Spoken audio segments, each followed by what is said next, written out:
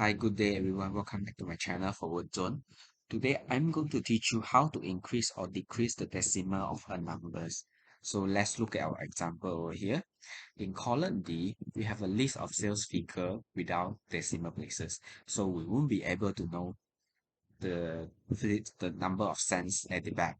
So to increase or decrease the decimal, first you have to highlight the sale, and then you go to Home tab, you go to Numbers, and from there you will see an arrow to the left and arrow to the right, and an arrow to the left meaning we're going to increase the decimal. One click equal to one decimal places, and two click equal to two decimal places. So to reduce or decrease the decimal places, simply go to the button at the right and click.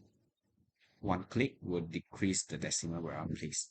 So from there you will be able to see how many cents at the back of the sales figure.